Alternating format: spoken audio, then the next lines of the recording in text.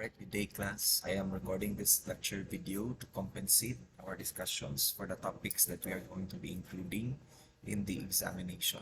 So let's now discuss lesson 2, verbal and nonverbal communications. Now, as you can remember, we've already touched the subject matter. We've already discussed what are verbal and nonverbal communication and how it is best practiced when you become future educators. So what we're going to discuss now is more of the karabitang run through or rundown of what are the different types of communications. More importantly, we specify it as the verbal and the nonverbal communication.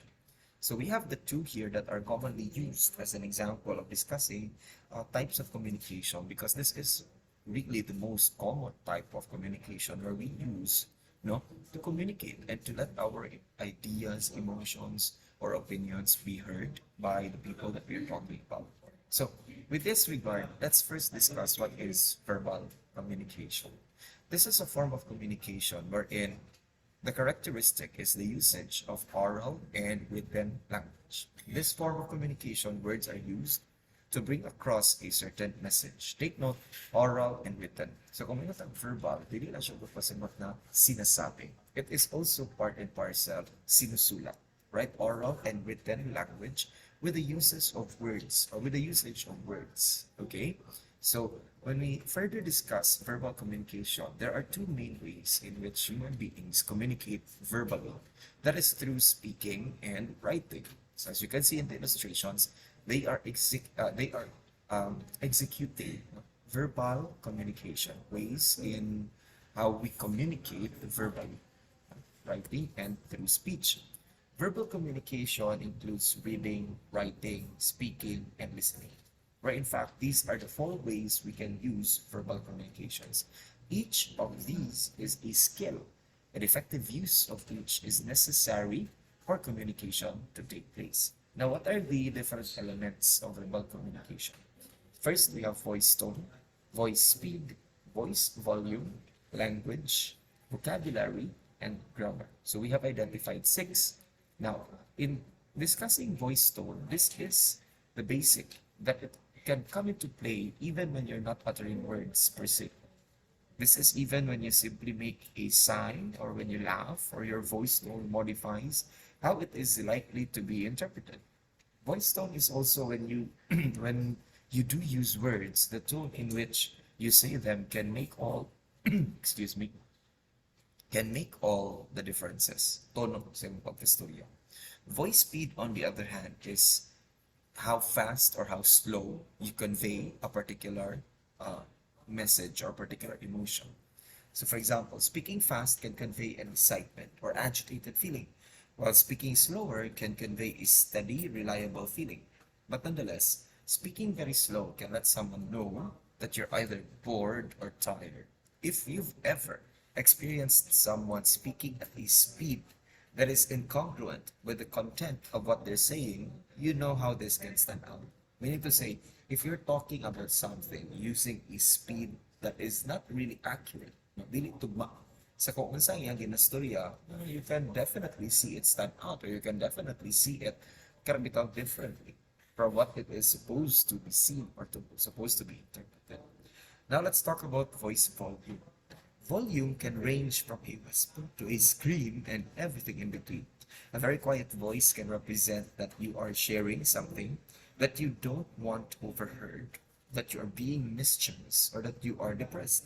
A very loud voice, on the other hand, can express great joy or terror. So there's a difference in that, in which we've already discussed this, that when you have volume, or when you're going to talk about these 3 elements, the voice tone, speed, and as well as the volume, you need to remember that this should be used not only in communicating effectively, but also in trying to emphasize what you wanted to be communicated to your listeners or to your audience. Now let's talk about the other side of verbal communication. We have language.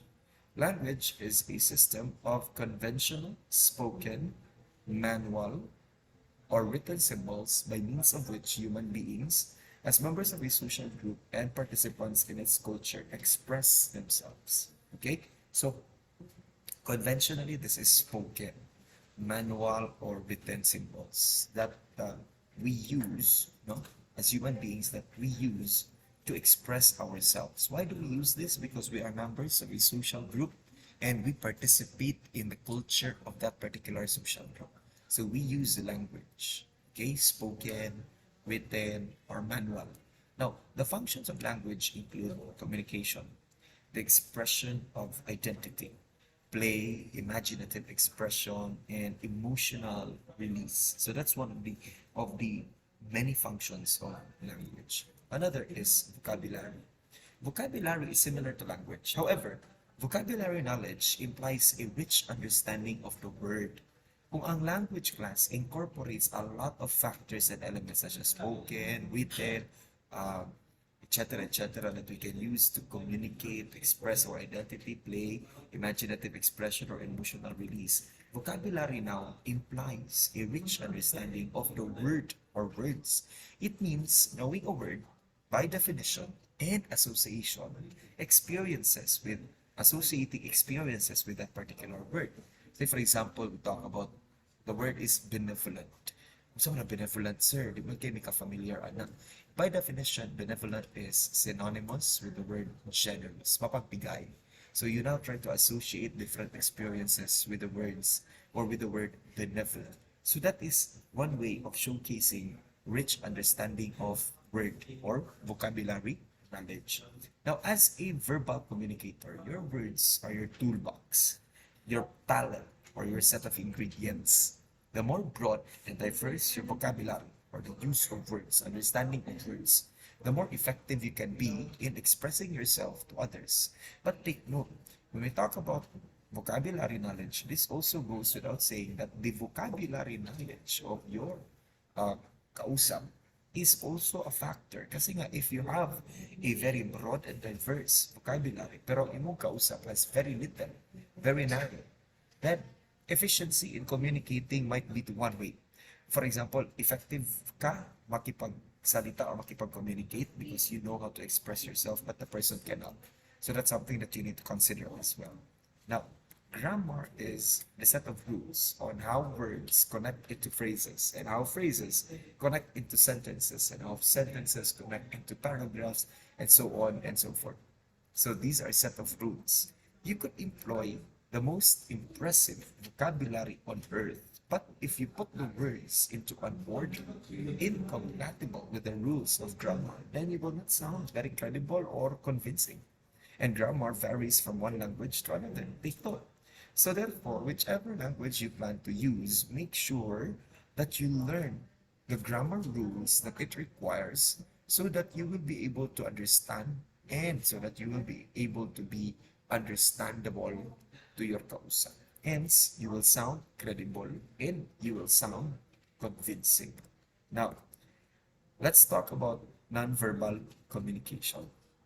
This form of communication relies on elements other than speech and writing. Take note ha, elements other than speech and writing. So speech and writing is totally omitted when we talk about nonverbal communication. Nonverbal communication is equal in importance to verbal communication. Although lahi ang elements na ginagamit pero pareha siyang importansya. According to Letters in 1992, nonverbal communication is the use of interacting sets of visual, vocal, and invisible communication systems to convey and interpret meaning. Okay, what are these? Nonverbal actions often tell a different story from the one we are telling with words. Say, for example, if you're making an apology to someone for a wrong done with a smirk on your face, definitely the person may not believe that you are serious and genuinely apologetic kasi you're smirking. Dili makita ang sincerity. So therefore, there are different elements no, to non-verbal communication. We have the facial expression, body movements, eye contact, paralanguage, gestures, proxemics, and physiological changes. Now, what are these? Facial expressions, class, are used during communication that affect how the listener interprets your meaning. Extreme facial expressions, such as those that indicate anger or happiness, indicate that you have obvious feelings about the subject matter. Less obvious facial expressions such as raising one eyebrow slightly or scrunching your face mamugot or kamay may impart a variety of meaning. However, it depends on the context. Facial expressions are very important in the communication process because this helps the listener interpret what you truly mean with what you are saying or with what your subject matter is all about. Say, for example, angry, regretful, despaired, happy, or surprised. These are different facial expressions that we commonly attribute to when we are communicating. Okay? Now, when we talk about body movements, these are also linked with facial expressions. However, how and where you stand is an important element of nonverbal communication when we try to emphasize body movements. Say, for example, you are leaning toward a speaker indicates that you are intensely interested with what is being discussed. Pero niduol ka sa speaker ba? Right? So meaning to say, ang buong pasamutan na the indication there is that you are very interested kung sa'yo pasamot sa speaker. Or frequent looking away from the speaker indicates disinterest or impatience. Kaya mo naman. Or sadap, abot tayo ng istorya, uy. So you look away or dili kay kamtan o cellphone ka na. Therefore, the meaning of different body stances and positions varies among cultures, according to Andrews University. For example, in Thailand, showing someone the soles of your feet is offensive. Slouching or hunching over is disrespectful in Northern European cultures. In Turkey, putting your hands in your pockets is rude. Agoy, rude di ako sa Turkey. Kaya hindi kayo kumagbutag ng hands sa kong pocket. So, body movements, body stances, and positions varies among different cultures. And it is evident. Musulay ka o pakita og soul sa iyong feet sa Thailand, offended ay sila. Magbako ka sa Northern European cultures kay disrespectful sila ha. Or manghimulsa ka, mabutang ka kayo sa iyong bulsa. Rude day ka para sa mga Turkish people. So body movements imply a very important element in nonverbal communication. Say for example, body movements of a teacher holding the paper. Look at Steve Jobs. Say a body movement and he standing straight. Or look at this speaker here. Yeah, body movements, open arms. Meaning to say he is showing, or basically your body movements give interpretation to your listeners, to your audience. Okay? So if you are showcasing body movements that are quite timid, mag-ilaw ka, mag-aloof ka body movements, then definitely that will communicate something to your speak or to your listener or to your audience. But if your body movements are such as this one, open, meaning to say you're confident with what you are discussing, you're confident with whatever question that might be thrown at you, and you're confident and comfortable for whatever discussion might happen. Or for this, you're very welcoming of the ideas, you're presenting yourself as a knowledgeable, more knowledgeable author, etc., etc. So body movements are very essential. Now, eye contact, on the other hand, is a visual sense that is dominant for most people. Eye contact is particularly important type of nonverbal communication because the way you look at someone can communicate many things, such as interest, affection, hostility, or attraction. Therefore, eye contact is also crucial in maintaining the flow of conversation for gauging the other person's response. Say for example, when I have discussions in class, I always try to look at the eyes and establish eye contact with my students so that they may understand what I am particularly pertaining to when I talk about these different topics, which makes recording lecture videos such as this one very difficult kasi nga there is no personal contact, there is no communication between one another. So therefore, eye contact is very crucial to maintain the flow of the conversation and to gauge the response of your kausap or your audience. It's something very important to take note. Say for example, diba, pero mag-ingat-ingat ka. Magtanaw ka eye contact mo sa mga partner, nakikilig din ka. Or eye contact mo doon ka, whatever pang bayad sa iyong pangkaon, etc. etc. So these are non-verbal examples of non-verbal communication that you can utilize, especially in depending on the circumstance or the situation. Okay. Now, let's talk about paralanguage. Paralanguage is the culture-specific stylistic element that people use while speaking. Okay, While take note, people use while speaking. Andrews University breaks paralanguage into three groups: vocal characterizers, vocal qualifiers, and vocal segregates. What are these? Let's talk first about vocal characterizers. This include things like yawning, laughing, crying, and moaning, which convey meanings to an audience. Mga characterizers, kung manghuyab ka, siguro pa sa butana, ginuka ka, kung magkatawa ka, o ulipay ka. Those are the different vocal characterizers. Kung maghisgot ka karon og vocal qualifiers, this includes such elements as tone, tempo, rhythm, pitch, and volume. For example, speaking rapidly and in a high pitch indicates excitement in many cultures. So those are the quality, of the elements that you've used to indicate a particular message, not necessarily dwelling on the words or the vocabulary that you use, but more of the how you deliver it. And then the vocal segregates. This includes such sounds as or these are noises which convey messages about internal feelings such as dissent or pleasure. So, for example, excuse me, sir, and then tabag ko, that means that, okay, what is it? And try to listen. Or, excuse me, sir, opo, di ba? Ano, kita, opo. Meaning to say, don't disrupt me first. So these are what we call vocal segregates. They convey messages about internal feelings, and most importantly, they help us aid in the communication without actually uttering too many words, right? Especially when you are in a conversation with different set of people every day. You're really going to be using paralanguage at all costs.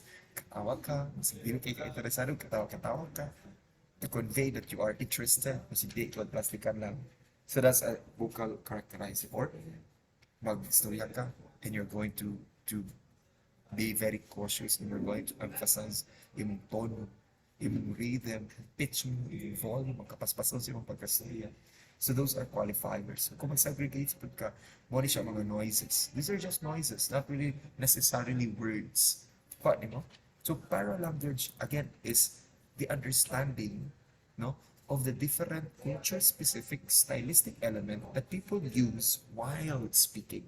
So it's not going to be talking about the words per se, but it's talking about the style in which you are conversing, in which you are communicating with people. Okay? Now let's talk about gestures.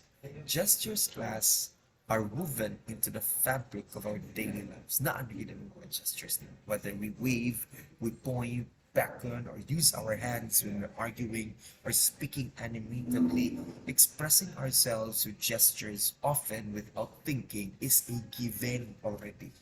Nevertheless, the meaning of gestures can be very different across cultures and regions. So it's important to be careful to avoid misinterpretation. Okay. For example, one of my gestures that ang good, yes, or okay. So these are giving us interpretation of it. And this gives us aid on how we are trying to emphasize what we are feeling. Kung happy ka, okay ka, you use different kinds of gestures. Okay? So those are that. Another example of an element of nonverbal communication is proxemics. So basically, as a proxemics o sa paralanguage, proxemics in communication involves the distance between ourselves and the others when a conversation is being conducted. So for example, delivering a speech or a lecture, sharing an intimate moment. Ang distansya ang buot pasabot ng proxemics. So kung mayroon tag proxemics, it involves hugely the distance. Okay, example. The amount of space we leave between the other person and ourselves can signal the level of trust or the level of relationship with that particular individual. If you are boyfriend, girlfriend, very close to you, kasi nga, the proxemics there is, or the conversation there is intimate. Pero if you are workmates, dito siguro magdakos mong tulog. If you are workmates, then there is a respected distance, a space between you. Kasi nga, nag-usap kayo, naka-pandemic kayo, naka-face mask kayo. This is an example of proxemics when we talk about the space you leave between the other person that can signal the level of trust and the level of relationship. So if you are husband and wife, then the level of trust and the relationship is very intimate. If you're co-workers, it should be casual. Kadistansya mo, arms length, kasi nga, there's a pandemic, etc., etc. You're just talking. No? So the proxemics now, or the distance that you give yourself and the other people that you are talking with or talking to would indicate the level of trust and the level of relationship that you have with one another. Okay? So that's proxemics. Now, physiological changes are most often linked to discomfort and stress in a particular situation. There are three types of changes: blushing, sweating, or tearing up. You can control these physiological changes in your body because these are situational. It depends on the situation that gives you discomfort or stress. So these will often give away how you feel. And dili na nimo siya ginatuyo, it just comes second nature. Because then again, mo na nimo gibati at that particular situation where you are uncomfortable and where you are feeling stressed. Okay.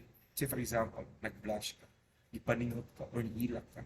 Kasi when you're talking to a person, bugat na kayo mong gibati, so nakahilak ka. Or guilty ka ikaw, kamalot sa pag make excuses, nag-blush ka or paningot ka. Sir, dili lagi paning to the mga politicians, sir, even if they are guilty, then they are already, they put na anad, ang tawag na to ano is pagkagnaw. But kidding aside though, these are different physiological changes that affect nonverbal communication kasi nga, all of these will give away how you feel at that particular situation. Okay?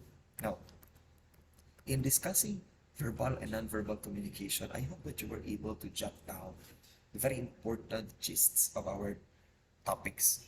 So if there are any confusing subtopics that we have discussed, please feel free to message me in the group chat so that we can be able to clarify them.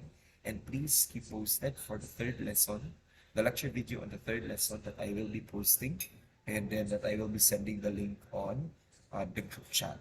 Thank you very much and enjoy the day.